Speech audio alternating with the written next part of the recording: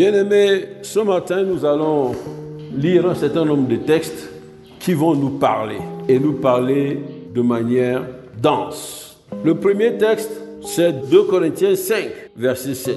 2 Corinthiens 5, verset 7. Vous y êtes? Nous lisons ensemble, car nous marchons par la foi et non par la vue. Encore, car nous marchons par la foi et non par la vue.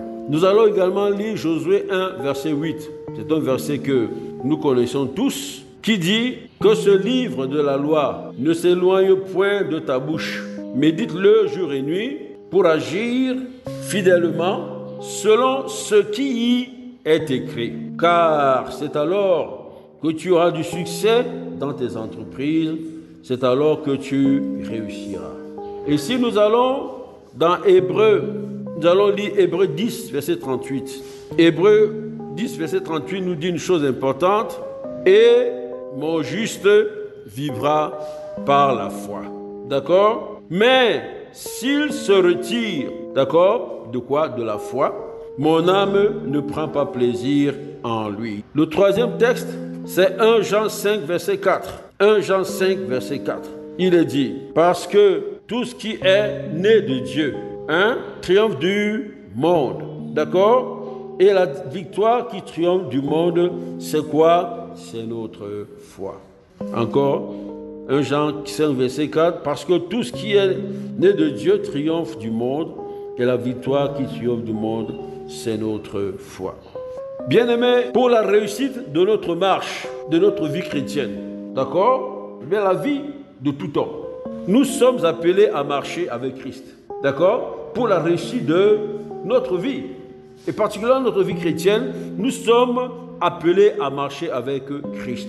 C'est ce que nous faisons. Tant que nous sommes encore ici-bas, nous sommes en train de marcher avec Christ, qui nous conduit vers le Père. Christ qui est qui? Le juste et le bon berger. C'est parce qu'il est juste et bon berger que nous le suivons, et le Rédempteur du monde. Bien-aimés, marchez avec Jésus. Les disciples de Jésus, du temps où il était encore sur cette terre, ont eu cette grâce et ce privilège de le côtoyer. Ils ont marché avec lui. D'accord?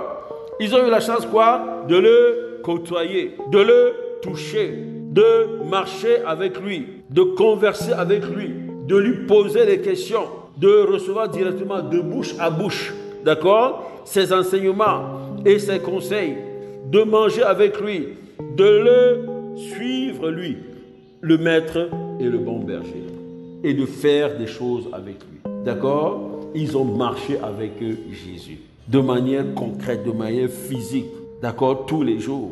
Et il avait accepté Jésus comme le maître, eux disciples, donc ils le suivaient avec dévotion. Mais aujourd'hui, toi et moi, chrétiens et disciples de Jésus, nous avons la vocation d'être disciples. Nous sommes disciples et la vocation de devenir comme Père. Aujourd'hui, nous ne ressentons plus la chaleur physique, d'accord, et naturelle de cet auguste compagnon de voyage. D'accord? Tu ne peux pas toucher Jésus, sauf une grâce particulière. Tu ne peux pas converser, sauf une grâce particulière. Enfin, je veux dire que ce que les disciples ont vécu là, c'était Dieu, d'accord, en lui était toute la Trinité. Ils ont marché avec lui. Mais aujourd'hui, toi, tu marches avec lui par la foi. On se comprend? C'est-à-dire qu'il a dit, je suis avec vous tous les jours jusqu'à la fin du monde. D'accord? Mais si vous le regardez, est-ce qu'il est assis à côté? Non. C'est par la foi. Vous croyez à ce qu'il a dit. Donc, c'est notre situation aujourd'hui. Mais devant cet apparent manque et vide, je dis bien apparent manque et vide, la Bible, dans 2 Corinthiens 5, nous dit une chose importante. Elle dit qu'il y a une remède et une solution pour que la marche demeure victorieuse. Ok? Pour que la marche demeure victorieuse, il y a une solution et un remède. C'est 2 Corinthiens 5, 7. Qui dit quoi? Nous devons donc marcher par la foi. D'accord? Et non par la vue. Pour que nous puissions réussir. Puisque Jésus a marché avec les disciples pour les conduire vers qui? Vers le Père. Et aujourd'hui, Il est avec nous tous les jours de notre vie, d'accord? Nous le croyons par la foi pour nous conduire vers le Père. Et la solution, c'est quoi? C'est de marcher par la foi pour que cette marche demeure victorieuse et non pas la vue. À partir de ce que je viens de dire, le thème de ce jour est tout simple. Bien-aimés, marchons par la foi et non par la vue. Ce thème, bien-aimé, nous allons l'aborder par une démarche d'analyse textuelle. On va essayer de décortiquer ce verset autour de 3 expressions clés, autour de 3 considérations. Premièrement, on va voir l'importance de marcher aux yeux de Dieu. L'importance de ce verbe marcher, si je peux dire, aux yeux de Dieu. Il nous dit marcher par la foi. Ce mot marcher est très important. Il faut qu'on le cerne. Parce que quand on te dit de marcher, il faut que tu comprennes, d'accord, toutes les dimensions de ce verbe et cette expression. Et puis, deuxième expression clé que nous allons utiliser, sur laquelle ou considération, c'est que marcher par la vue est une voie périlleuse. Et la troisième considération, c'est marcher par la foi, c'est la voie du succès. Ok? C'est donc une exhortation qui tourne autour de ces 3 considérations importantes. D'abord, quelle est la portée du verbe marcher dans ce verset? Ça, c'est le premier point. C'est-à-dire, comme nous avons dit, importance de marcher aux yeux de Dieu. C'est la même chose. Nous devons aller toujours à la racine. Au plan physique, quand on parle de marcher, marcher, c'est quoi? On se déplace d'un point à un autre en faisant des pas. C'est ça, marcher. En posant des pas, un pas derrière un autre, un pied derrière un autre, d'un endroit à un autre. Marcher, c'est partir d'un point de départ vers un horizon. Pour certains, cette destination est précise. D'accord? Tu pars d'ici, tu vas là-bas. Mais pour d'autres, ils font de la divagation. C'est-à-dire, ils marchent, mais ils tournent en rond, ils marchent. C'est la divagation. Quand on dit qu'un chien divague, c'est-à-dire un chien, il n'a pas de domicile, là, il divague dans le quartier, etc. Ok? Hein? Là, dans les cuisines, il mange les trucs des gens, il sort, marcher et tout ça. Là. D'accord? C'est la divagation. C'est-à-dire se mouvoir sans destination précise. Donc, pour certains, c'est la divagation. Mais pour nous, chrétiens, d'accord, c'est en fait un déplacement vers une destination précise. Il faut bien comprendre ça. Alors, ça c'est de manière générale. Mais dans le sens du verset qu'on vient de lire, le verset lui-même dit « Car nous marchons par la foi et non par la vue ». Eh bien, dans ce verset-là, marcher va beaucoup plus loin que le déplacement physique des membres. Eh bien, marcher, c'est la manière dont on se meut dans la vie. D'accord? Mouvoir. La manière dont on se meut dans la vie. La manière dont nous conduisons nos vies. Marcher, ici, dans ce verset. Et la manière dont nous conduisons notre relation avec Dieu et avec notre prochain. Dans l'environnement où nous nous trouvons. Et si vous regardez plus profondément, vous allez vous rendre compte que cela inclut un certain nombre de choses.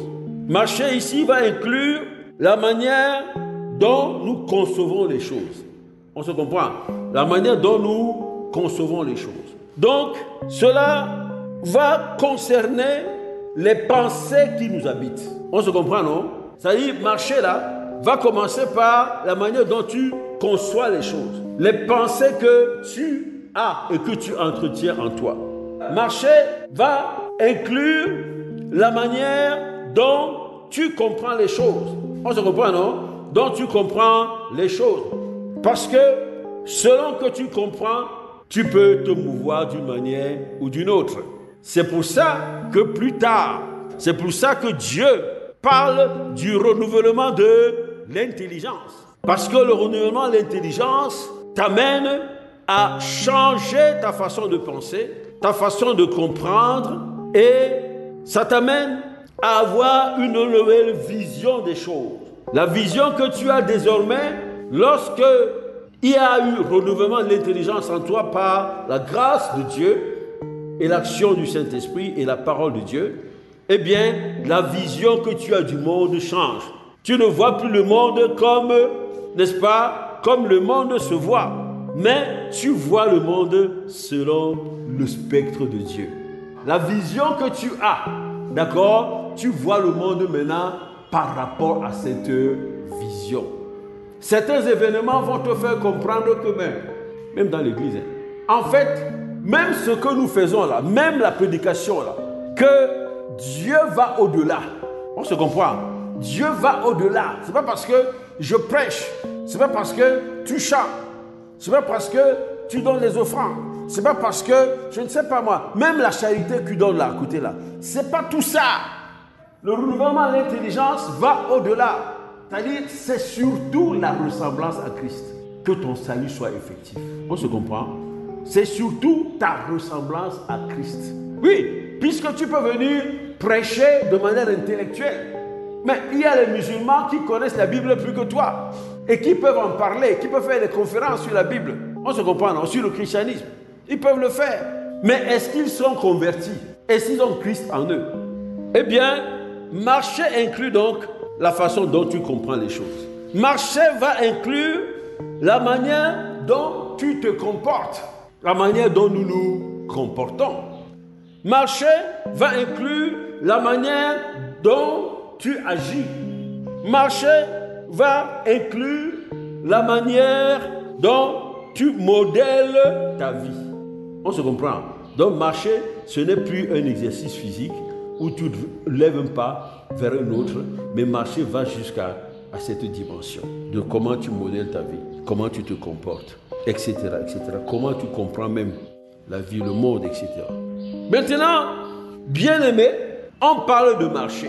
Mais si on regarde bien, le mot marcher là n'est pas utilisé ici par hasard. Ce mot a une importance aux yeux de Dieu. Importance de la manière de marcher dans la vie aux yeux de Dieu. Bien aimé, je voudrais que nous convenions que notre manière de conduire notre vie est importante. Votre manière de conduire votre vie importe aux yeux de Dieu. D'accord? La manière dont tu conduis ta vie là importe aux yeux de Dieu. Dieu regarde et Dieu voit ce que tu fais. Maintenant, pourquoi? Parce que, première chose, c'est Dieu qui m'a donné la vie. Il a donc un droit de regard sur cette vie qu'il m'a donnée. C'est aussi simple que ça. Et pour ça, Dieu peut approuver votre manière de marcher ou de vous conduire dans la vie. Il a le droit de regard. Il peut approuver ou désapprouver.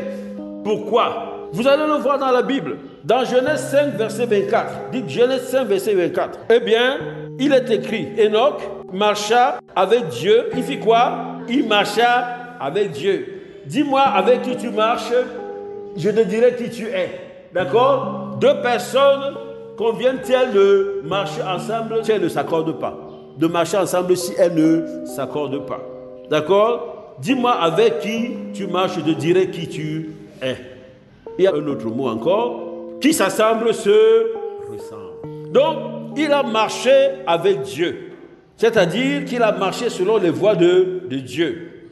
Donc, vous comprenez que non seulement Dieu a un droit de regard sur ta vie, et Dieu exerce ce droit de regard. Donc, il regarde ce que tu fais, d'accord? Et il peut approuver ou ne pas approuver.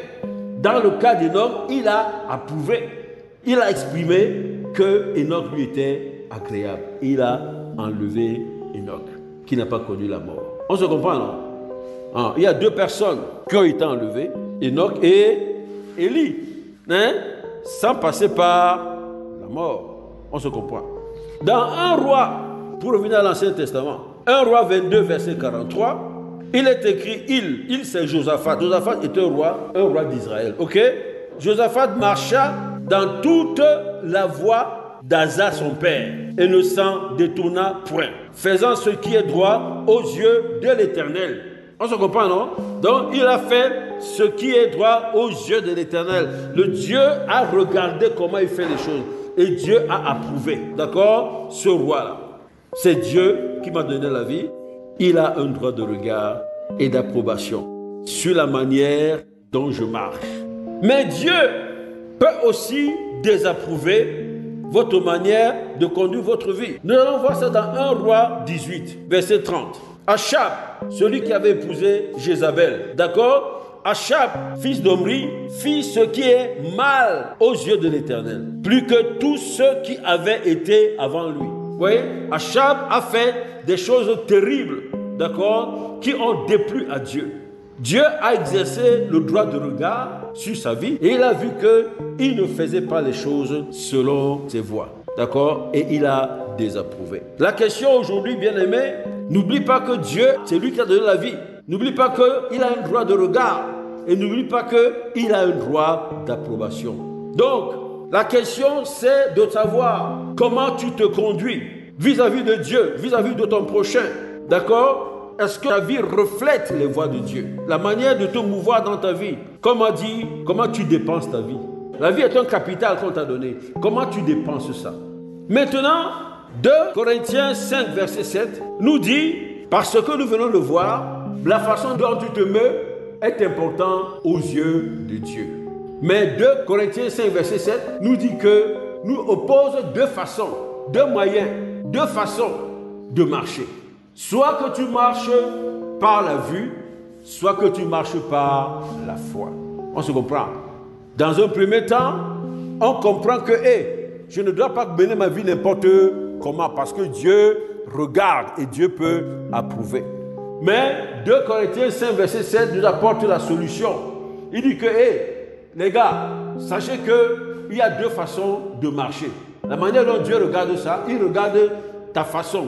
Il y a une façon de faire où tu marches par la vue et il y a une façon de faire où tu marches par la foi. Et nous allons voir que marcher par la vue, dans un premier temps, d'accord, est une voie périlleuse, est une voie dangereuse. Donc, c'est la deuxième partie.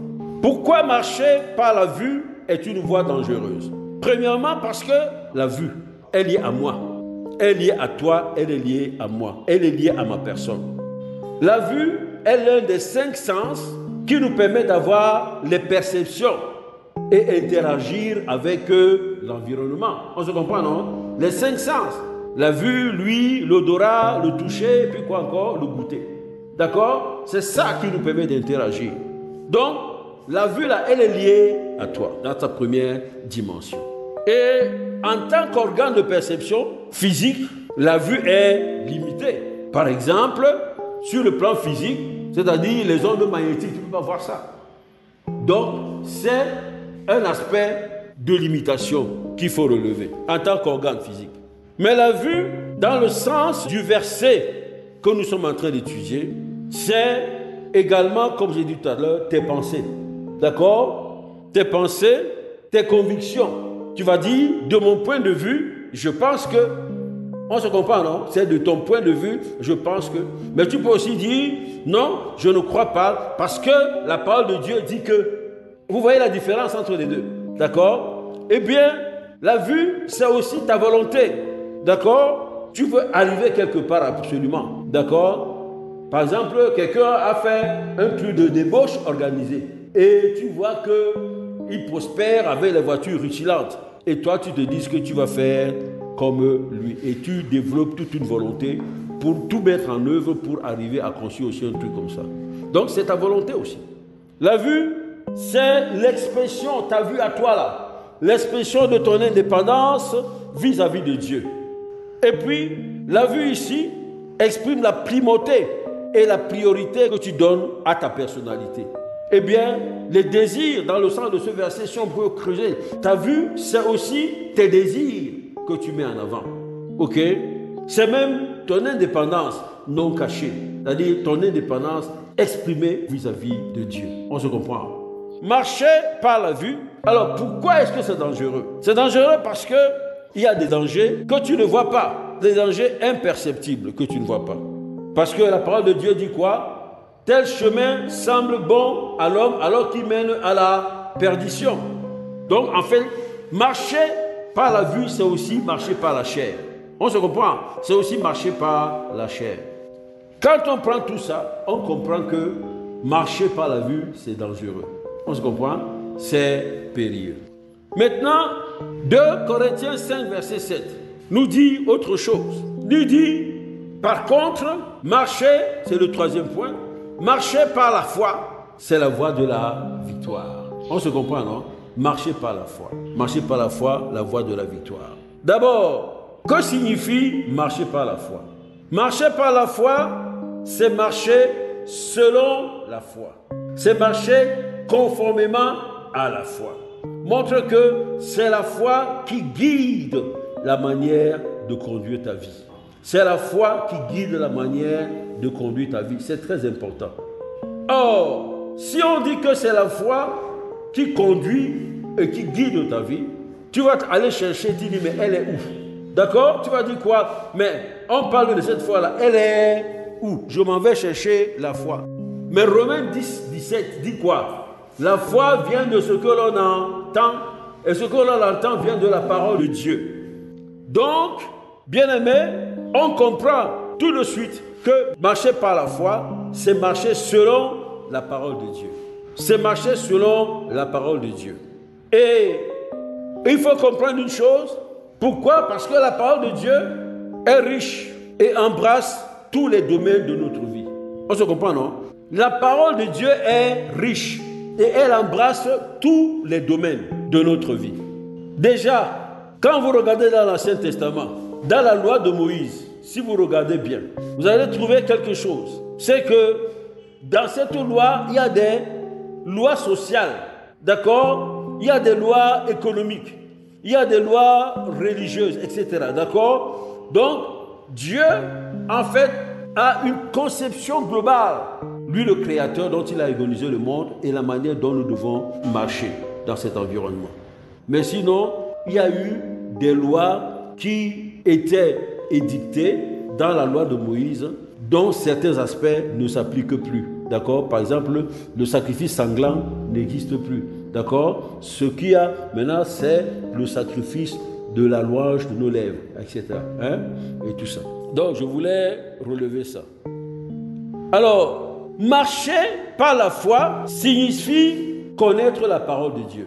On se comprend. Puis on a dit que la foi vient de ce que l'on entend. De ce que l'on entend vient de la parole de Christ. Et Christ est venu faire quoi? Parler aux hommes pour faire connaître le Père. Il est venu révéler le Père. Donc ça veut dire que je dois connaître la parole de Dieu. Et c'est là où nous revenons à Josué 1, verset 8. D'accord? Il dit, méditez-la jour et nuit. Il ne s'agit pas de méditer de temps en temps. Est-ce que je peux demander si vous avez médité la parole tous les jours de cette semaine? C'est ça le problème. Nous devons méditer la parole jour et nuit pour que nous puissions marcher selon la foi. Parce que je trouve des situations, je ne sais pas comment faire. D'accord? Et l'ignorance n'est pas un justificatif, puisque la parole de Dieu dit que mon peuple périt, manque de connaissance. Si tu fais quelque chose qui est en dehors, n'est-ce pas, de la parole de Dieu, eh bien, tu peux périr avec ça. Donc, l'intérêt, c'est qu'on lit la parole tous les jours. Même si vous prenez seulement 15 minutes, 20 minutes, lisons la parole de Dieu tous les jours. Méditons la parole de Dieu tous les jours.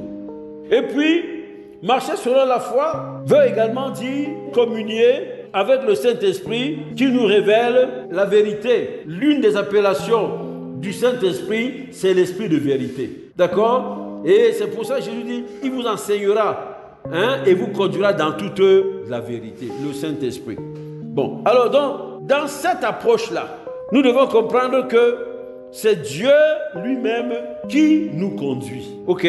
C'est le résumé de tout ce que je viens de dire. Puisque c'est la parole qui te conduit. Vous savez, dans la parole de Dieu, il dit, vous entendrez une voix qui vous dira, marchez ici et marchez là. Marchez là. D'accord? Vous entendrez une voix. C'est une promesse de Dieu. Celui qui est en Christ, le Saint-Esprit de Dieu lui parle. Mais pour ça, il faut communier avec le Saint-Esprit. Il faut toujours être avec lui et lui parler et lui poser des questions. Qu'il sente que tu reposes en lui. Autre chose, marcher selon la foi, c'est marcher selon Galates 5, verset 22, c'est-à-dire le fruit de l'esprit. D'accord? C'est marcher dans l'amour, marcher dans la joie, c'est marcher dans la paix, c'est marcher dans la patience, c'est marcher dans la bonté, la bénignité, c'est marcher dans la douceur, dans la fidélité, dans la tempérance. C'est ça, de marcher selon la foi. Et marcher par la foi c'est également marcher dans la crainte de Dieu, la crainte de l'Éternel. On se comprend. Donc, nous venons de voir ce que c'est que marcher par la foi. Le problème maintenant, c'est comment parvenir à marcher par la foi. Oui, tu as vu tout ça, mais comment tu vas parvenir? Première chose, la soumission à Christ. Parce que quand tu donnes, tu es né de nouveau. Tu donnes ta vie à Jésus. On se comprend, non? Tu donnes la vie à Jésus.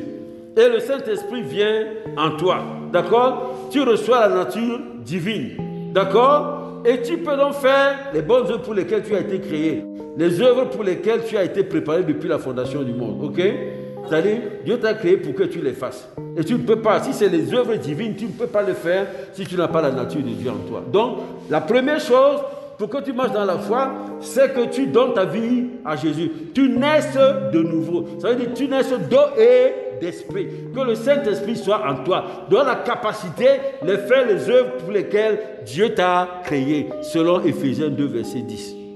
La deuxième chose, pour parvenir à marcher par la foi, c'est, comme j'ai dit tout à l'heure, la méditation de la parole quotidienne, l'amour de la parole. Bien-aimés, vous ne perdez rien.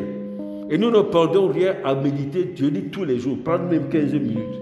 Tous les jours, la parole. La troisième chose, c'est l'écoute. C'est-à-dire, je dois développer l'écoute.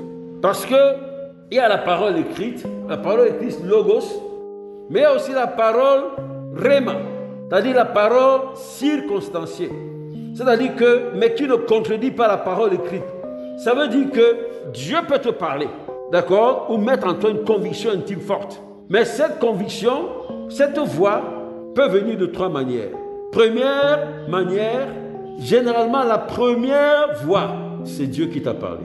Et tu vérifies ça si ça ne contredit pas les Écritures. La deuxième voix, c'est Satan qui commence à te parler pour t'amener à Dieu a-t-il vraiment dit. D'accord? Et puis, la troisième, ce sont tes pensées. Tu commences à raisonner. Est-ce que je ne suis pas grand? Comment je vais faire le basket? Je suis petit, machin, tout ça. Hein? On se comprend, non? Voilà. Donc, nous devons développer l'écoute. D'accord? Et puis, Dieu peut te parler audiblement. Mais Dieu parle souvent dans ton cœur. Par une pensée forte, douce qui monte dans ton cœur. Une conviction intime. Et c'est des dimensions que nous, les chrétiens, n'arrivons pas souvent à développer. On n'a pas souvent pris l'habitude de vraiment écouter. D'accord? Marcher selon la foi, ça peut être la parole logos, ça peut être la parole circonstancielle. Dieu te parle dans ta situation précise où tu es là. D'accord? Ou parfois même il te dit ne prends pas ce taxi. Mais toi, tu n'as pas fait attention. Tu ne sais pas écouter. Mais Dieu nous parle tout le temps. Et puis, comment parvenir à marcher par la foi? La mise en pratique de la parole. Parce que si tu veux marcher par la foi, ça veut dire que tu marches selon la parole de Dieu. La mise en pratique de la parole. Vous entrez dans la dimension de la parole révélée. D'accord? C'est-à-dire le Saint-Esprit de Dieu, c'est lui qui t'enseigne la parole. À ce moment-là, ta foi grandit. Et ta foi grandit. Et je peux vous dire que la parole révélée bâtit une telle conviction dans ton cœur que la phase suivante, c'est que tu vas poser des actes conformes à cette parole de Dieu, d'accord, qui sont des actes de foi. C'est ça. Donc, ma vie, à ce moment-là, ce sera une succession d'actes de foi. On se comprend. Ça, c'est comment parvenir à marcher par la foi, la soumission à Christ, la méditation de la parole quotidienne, nuit et jour, et que cette parole-là ne se départit jamais de ta bouche. Il faut même la déclarer. Ça veut dire que quand tu parles, tu ne dis pas de mon point de vue. Non, dis, la parole de Dieu dit que. On se comprend, non? Tu dois la déclarer. Tu dois développer l'écoute pour que tu puisses saisir les paroles rhéma que Dieu, n'est-ce pas, dépose dans ta vie selon les circonstances. Ok? Et puis, tu dois mettre en pratique cette parole. Il ne faut pas seulement l'écouter et être convaincu, mais il faut que ta vie soit désormais une succession d'actes de foi agréables à Dieu. Maintenant, quelles sont les conséquences de marcher selon la foi? Josué 1, 8, qu'on a lu tout à l'heure, est clair. Il dit « Succès dans toutes tes entreprises. » D'accord? Tu n'es pas du monde, tu es dans le monde. Mais dans le monde, tu as un certain nombre de choses que tu fais. Tu as une famille, tu peux avoir des affaires, etc., etc. D'accord? Bon, mais celui qui peut te montrer les bons plans, te donner les bonnes idées, d'accord, et tout ça, c'est qui? C'est Dieu. Et Dieu a révélé les choses dans sa parole. Donc, ça te permet, dans cette communion avec lui, à travers sa parole et à travers la parole Réma, l'écoute, etc., il va te révéler les choses et il va même te préserver des échecs. Il va faire beaucoup de choses et tu auras du succès dans toutes, on n'a pas dit dans quelques entreprises, mais on a dit dans toutes les entreprises. On se comprend. Et puis, dans Josué 1,8, il y a une autre dimension, on dit, c'est alors que tu réussiras. Apparemment, quand elle a dit succès dans toutes les entreprises, ça suffit. On a l'impression que ça suffit. Mais ici, il s'agit ici de mettre l'accent sur quelque chose. C'est la réussite. La réussite de quoi? De ta vie. C'est-à-dire, mais les entreprises, puisque les hommes sont très préoccupés de la manière dont ils vont pouvoir gérer leur vie dans le monde là. Mais on dit qu'au-delà de ça, il faut réussir ta vie. Et réussir ta vie, c'est quoi? Réussir l'accomplissement de ton appel. Réussir ce pourquoi tu as été créé. C'est pour ça que ne soyons pas surpris que Dieu reprenne son serviteur. D'accord? Dieu peut reprendre son serviteur parce qu'il estime qu'il a accompli sa mission. Il ne s'agit pas de mourir jeune ou de mourir vieux. Donc, réussir quoi? L'accomplissement des desseins de Dieu dans ta vie. On se comprend. Donc, les conséquences, c'est ça. Non seulement tu vas réussir ta vie, mais dans toutes tes entreprises. C'est pour ça qu'on dit que c'est la voie du succès, la voie de la victoire. Car c'est dans la parole que tu réalises qui tu es. Par exemple, dans la parole, si on te dit, Dieu dit qu'il t'ouvre les écluses des cieux et tu ne payes pas ta dîme, les écluses des cieux ne seront pas ouvertes, tout simplement. On se comprend, non? C'est un exemple que je donne. Il y a encore d'autres. La loi de la semence, de la récolte. Tu ne sèmes jamais, tu ne donnes jamais. Tu es fermé. Ton bras, ta main est comme ça. Ce que tu tiens, ce que tu as, tu tiens ça fort. Quand Dieu veut donner, donne où? Ta main n'est pas ouverte. Mais pour qu'il donne, il faut que tu ouvres. Et quand tu ouvres, ça veut dire que tu as donné, non? Mais s'il dit non, sa main est encore pleine. Je ne donne pas. Ok? C'est ça. Il y a les lois de la prospérité. Ok? Véritablement, quand tu donnes et que ton cœur est un cœur qui donne, vraiment, toi-même, tu vois que tu ne manques pas. On se comprend? Parce que pour que tu réussisses ta vie, il faut que tu connaisses ce que Dieu a réservé pour toi.